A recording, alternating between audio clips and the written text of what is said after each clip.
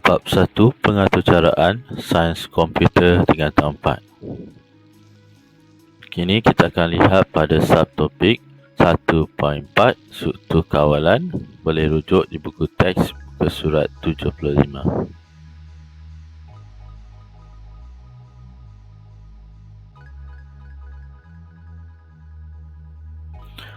Dalam tajuk ini, kita akan melihat pelbagai jenis struktur kawalan dalam pengaturcaraan. Terdapat 3 jenis struktur kawalan, iaitu struktur kawalan urutan, struktur kawalan pilihan dan juga struktur kawalan ulangan.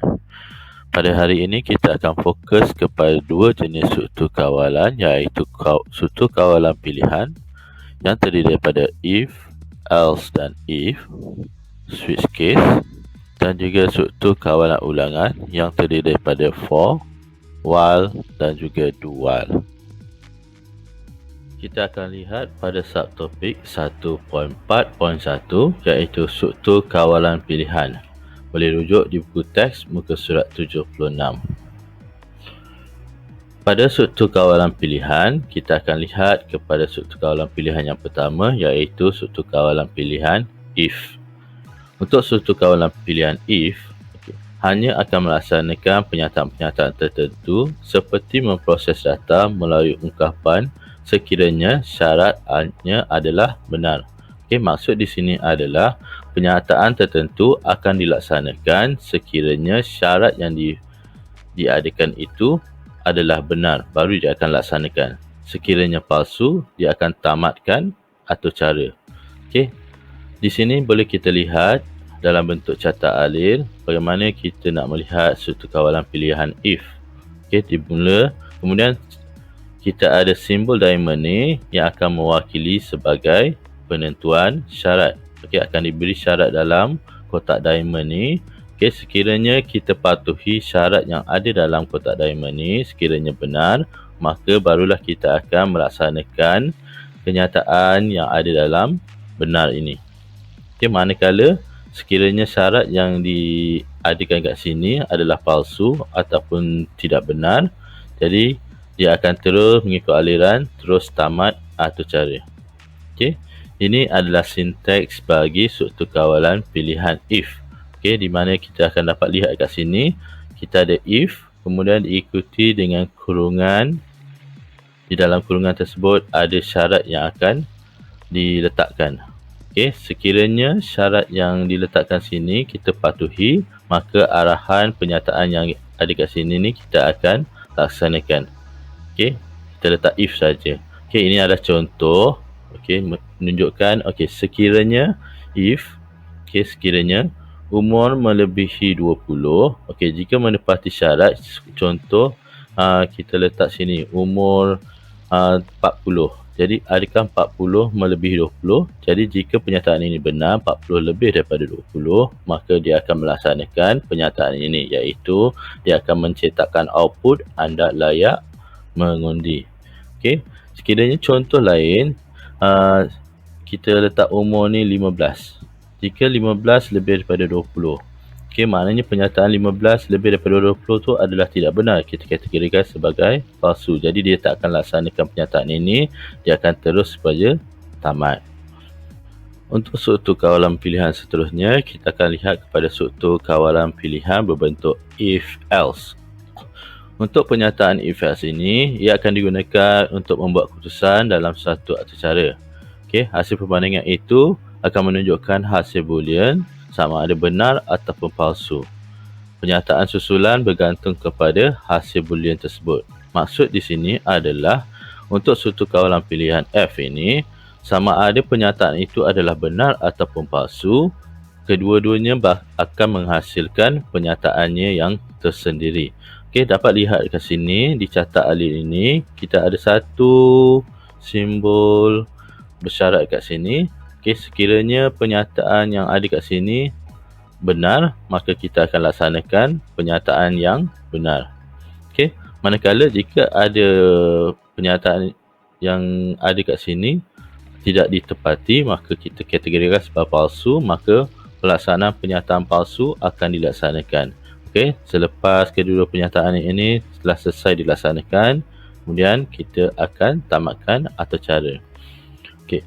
Untuk suatu kawalan pilihan if else ini, okey, seperti yang sebelum ni, kita hanya perlu menambah else. Okey, else ni bagi mewakili palsu. Okey, sebelum ini tiada else. Okey, sebab dia tak ada penyataan untuk palsu dia. Jadi untuk suatu kawalan pilihan if else ni, kita ada if dan juga else. If jika penyataan yang diberikan itu benar, else bagi penyataan yang palsu. Okey, contoh kat sini, if jika diberi syarat kat sini, okey, jika dia adalah benar, maka penyataannya akan dilaksanakan. Okey, else ni akan mewakili palsu. Jika penyataan tersebut palsu, dia akan melaksanakan penyataan yang palsu. Okey. Okey, kita rujuk kepada contoh dari buku teks ini. Komputer boleh meminta umur seseorang pengguna untuk menentukan kelayakan mengundi. Syarat boolean yang dikenakan adalah untuk mengundi ialah mesti 21 tahun. Okey, dan ke atas. Jadi atau cara kawalan pilihan F akan digunakan adalah seperti berikut. Okey, di dalam buku teks seperti ini, jadi saya cuma nak fokuskan kepada struktur kawalan pilihan F, jadi saya dah buatkan satu yang baru. Okey, kita lihat pada sini. Okey, if jika umur melebihi 20. Okey, sekarang yang dimasukkan kat dalam atur cara ni, umur adalah 25. Jadi kat sini dia bandingkan jika 25 lebih daripada 20, maka penyataan itu adalah benar. Maka kita akan melaksanakan penyataan benar, iaitu dia akan menghasilkan output anda layak mengundi. Okey. Bagaimana pula kalau kita masukkan umur iaitu 10. Okey. Jadi dia akan buat syarat kat sini, jika 10 lebih besar daripada 20. Adakah 10 lebih besar daripada 20? Jadi penyataan itu adalah tidak benar. Okey, dia akan jadi palsu. Jadi kita akan masuk kepada else. Dia akan langkah kepada else ni. Jadi dia akan mencetakkan output, maaf, anda masih belum cukup umur. Okey, itu dia penggunaan struktur kawalan pilihan if dan juga else, di mana if akan memegang jika benar, akan memegang penyataan yang benar. Okey, jika jika syarat yang diberikan adalah salah, dia akan melaksanakan penyataan berbentuk palsu. Seterusnya kita akan lihat kepada struktur kawalan pilihan if, else dan kita tambah lagi satu if. If, else, if. Okey. Jadi kat sini komputer boleh mencuba syarat boolean yang baru sekiranya syarat terdahulu menghasilkan keputusan palsu. Okey, sekiranya syarat boolean menghasilkan keputusan benar, penyataan yang dipaut kepada syarat boolean tersebut sahaja akan dilaksanakan. Okey, syarat-syarat boolean yang lain tidak akan diuji. Jadi ini adalah contoh struktur kawalan pilihan if, else dan juga if. Okey, kesimpulannya adalah kita lihat pada ni. Okey, sekiranya penyataan benar, dia akan melaksanakan penyataan benar yang pertama. Okey, dia beri syarat yang pertama, kemudian syarat tersebut adalah benar, dia akan laksanakan penyataan tersebut dan akhirnya dia akan terus tamat. Okey, bagaimana kalau palsu? Maksud kat sini adalah apabila ada syarat yang palsu, okey, dia akan pergi kepada aliran palsu ni dan dia akan melaksanakan syarat yang kedua pula. Okey, maknanya dalam syarat ada syarat yang lain sekiranya palsu. Okey. Jadi apabila syarat pertama dah palsu, dia akan terus laksanakan syarat yang kedua. Okey. Jadi dia akan laksanakan, dia akan cuba uji syarat tersebut, sekiranya ia adalah benar, dia akan melaksanakan penyataan yang kedua ni. Okey. Jadi kalau penyataan syarat yang dia ada kat sini adalah palsu, dia akan terus kepada syarat yang ketiga. Okey.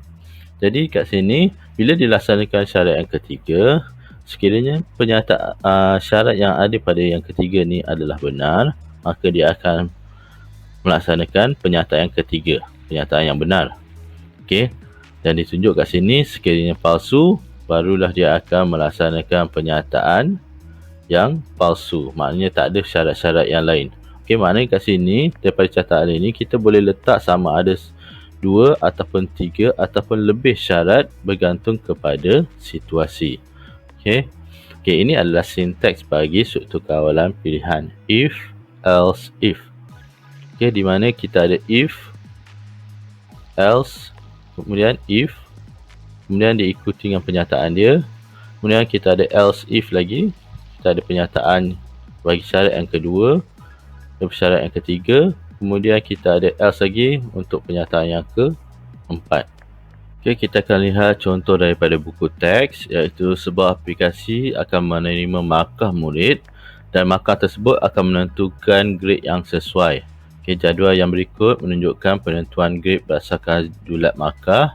Okey, berikut ialah atur cara untuk mewakili pemilihan grade berdasarkan jadual yang menggunakan struktur kawalan if, else dan juga if. Okey, diberi grade dekat sini panjang sikit.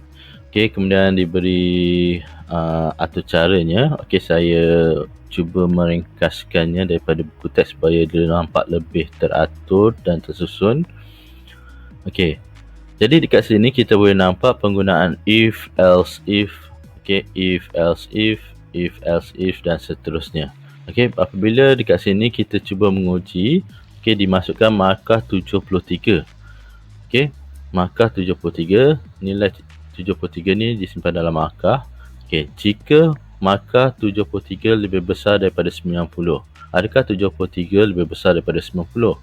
Okey, dia akan jadi pernyataan syarat yang palsu. Jadi dia tak akan melaksanakan pernyataan yang pertama ni. Jadi dia akan langkah pergi kepada else. Else yang ni, kemudian dia akan uji if yang kedua. Okey, syarat yang kedua. Okey, markah lebih besar sama dengan 80. Adakah 75 lebih besar sama dengan 80? Okey, jika syarat tersebut adalah palsu, jadi dia akan langkah lagi. Okey, dia tak akan melaksanakan pernyataan yang sebelum tu. Okey, dia akan pergi else if. Okey, markah lebih besar sama dengan 75. Okey, adakah jika 73 lebih besar sama dengan 75? Adakah ia adalah syarat yang benar? Okey, jadi kat situ kita boleh nampak palsu. Okey, 73 bukan lebih besar daripada 75. Jadi dia akan langkah pernyataan tersebut, dia akan laksanakan else if. Okey, jika 73 lebih besar sama dengan 70. Okey, jadi dekat sini syarat yang diberi adalah betul, iaitu 73 lebih besar sama dengan 70. Jadi dia akan laksanakan pernyataan, okey, grade sama dengan B+. Masuk kat sini, okey, string ataupun ayat ataupun perkataan B+ ini akan disimpan ke dalam pemboleh ubah grade. Okey, dia akan laksanakan yang ni. Okey, kemudian setelah pernyataan tersebut adalah benar, okey, dia akan terus langkah. Okey, pernyataan-pernyataan yang lain, syarat-syarat yang lain, dia akan langkah, dia akan terus kepada nampak baris untuk output, iaitu markah sama dengan, dia akan keluarkan ni. Okey, jadi dia akan dapat berapakah grade yang dihasilkan, iaitu kita akan dapat grade apa tadi? Grade B+. Okey, sebab ini sahaja pernyataan yang benar yang dilakukan berdasarkan kepada syarat 73 lebih besar sama dengan 70. Seterusnya, untuk struktur kawalan pilihan yang terakhir ini, kita akan tengok kepada struktur kawalan pilihan switch case. Okey, untuk penggunaan switch case ni, penggunaan if else untuk membuat sebilangan keputusan adalah rumit. Okey, yang kita tengok sebelum ni, dia panjang ke bawah. Okey, adalah rumit kerana pernyataan if else perlu diulang banyak kali dan pengulangan tersebut boleh menimbulkan kekeliruan kepada pengguna. Okey, jika kita tengok pada if else yang tadi, kita akan lebih sukar untuk kena pasti sesuatu pernyataan. Bagi mengatasi kekeliruan tersebut, kekeliruan yang ada pada if else if ni, okey, jadi kita akan gunakan struktur kawalan switch case. Okey, struktur kawalan ini lebih mudah difahami kerana nilai ujian dalam select case akan dipadankan dengan beberapa calon case. Okey, kita akan tengok pada struktur kawalan pilihan switch case ni. Okey, untuk carta alih struktur kawalan switch case ni, okey, carta alihnya sama seperti penggunaan if, else dan if. Okey, Cuma dari segi sinteks di dalam atur cara, okey, kita ada penggunaan seperti simbol dialog ni. Okey, untuk kes yang pertama iaitu if penilaian syarat yang pertama, okey, jika syarat pertama dipenuhi barulah dia akan laksanakan pernyataan yang pertama. Okey, kemudian kes yang kedua ni untuk syarat yang kedua. Okey, jika syarat kedua dipenuhi, dia akan laksanakan pernyataan yang kedua. Untuk kes nilai yang ketiga ni, okey, ini adalah syarat yang ketiga. Okey, jadi jika dipenuhi barulah dia akan laksanakan pernyataan yang ketiga. Okey, untuk default ni adalah sebaliknya, okey, daripada syarat-syarat yang lain. Okey, maknanya adalah palsu yang terakhir sekali. Okey, jadi kita akan lihat kepada contoh daripada buku teks ini. Okey, sebuah aplikasi akan memaparkan tarikh dalam format okey, hari, nama bulan dan tahun. Okey, contohnya format dia adalah seperti ini. Okey, gunakan bentuk switch case untuk menulis atur cara yang akan memaparkan nama bulan berdasarkan bulan yang diberi dalam bentuk nombor. Di sini disediakan atur cara yang sama seperti dalam buku teks, cuma di sini saya letak dalam keadaan lebih tersusun agar kita lebih mudah memahami atur cara tersebut. Okey, jadi kita perhatikan dekat bahagian switch ni. Switch case ni adalah struktur kawalan yang akan kita buat. Okey, iaitu struktur kawalan switch case. Okey, kita perhati pada atur cara ini. Didapati nilai 23 diinputkan ke dalam pemboleh ubah hari. Nilai 2016 diinputkan dalam pemboleh ubah tahun. Okey, kemudian kita ada lihat scanner input sama dengan new scanner system.in ni.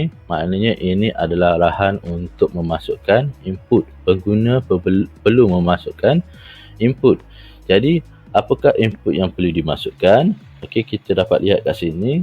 Integer bulan sama dengan input. Jadi kita akan masukkan input, kita akan masukkan nilai bagi bulan. Okey, apakah nilai yang sesuai bagi bulan? So, dia akan uji dekat sini.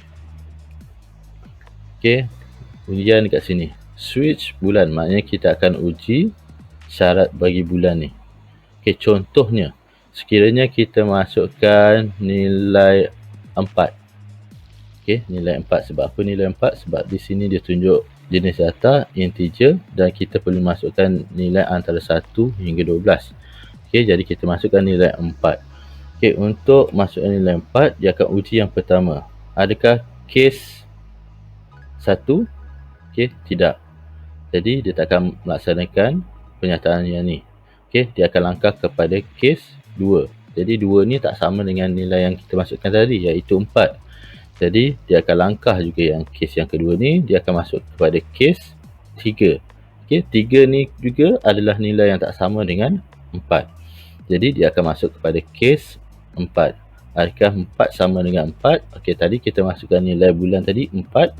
Jadi, kes 4. Jadi, nilai 4 ni bersamaan dengan input yang kita masukkan.